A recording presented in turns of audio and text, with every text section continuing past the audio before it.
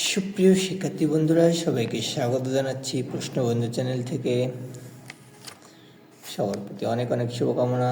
আজকের প্রশ্ন হচ্ছে, ফনোগ্রাফ কি?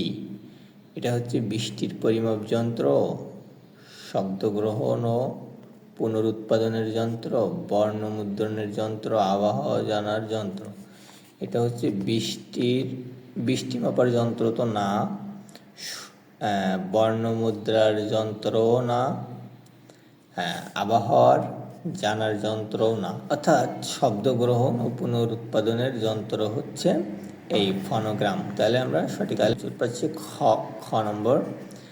এক্স রে উৎপাদনে কোন রশ্মি ব্যবহৃত হয়? এক্স রে উৎপাদনে গামা রশ্মি না, গামা রশ্মি ব্যবহৃত হয় না। আপতিত রশ্মিও ব্যবহৃত হয় না, কোনোটিই নয়। আসলে এক্স রে উৎপাদনে ক্যাথোড রশ্মি ব্যবহৃত হয়, ক্যাথোড রশ্মি। কৃত্রিম উপগ্রহে বস্তুর ওজন পৃথিবীতে এর ওজনের তুলনায় সমান। পৃথিবীতে কৃত্রিম উপগ্রহে বস্তুর ওজন পৃথিবীতে এর ওজনের তুলনায় শূন্য হবে। শূন্য, সমান তো না, দ্বিগুণও না, তিনগুণও না, আসলে শূন্য। মনে করেন পৃথিবীতে, এটা মনে করেন কৃত্রিম উপগ্রহ বা আমাদের বঙ্গবন্ধু স্যাটেলাইট।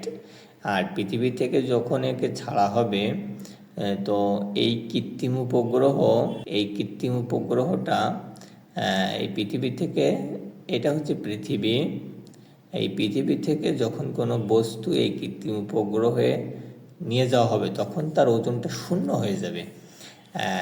এই পৃথিবী থেকে কৃত্রিম উপগ্রহে কোনো বস্তু থাকলে তার ওজন শূন্য হয়ে যাবে।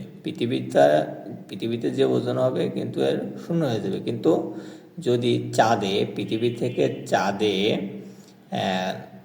পৃথিবী থেকে কোনো বস্তু যদি চাঁদে নেওয়া হয়, তাহলে তার ওজন 6 গুণ হয়।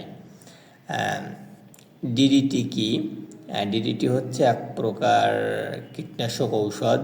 ডিডিটি হচ্ছে এক প্রকার কীটনাশক ঔষধ। এখানে ডিপথেরিয়া টিকার নাম না, এক ধরনের অম্লনাশকও না,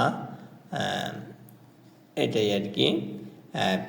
সবচেয়ে হালকা ধাতু কি? সবচেয়ে হালকা ধাতু হচ্ছে লিথিয়াম। সিলিকন না, দস্তাও না, পারদও না, লিথিয়াম হচ্ছে সব থেকে হালকা ধাতু। ভিডিওটা ভালো লাগলে লাইক, কমেন্ট, শেয়ার এবং সাবস্ক্রাইব করে রাখবেন। ধন্যবাদ সবাইকে।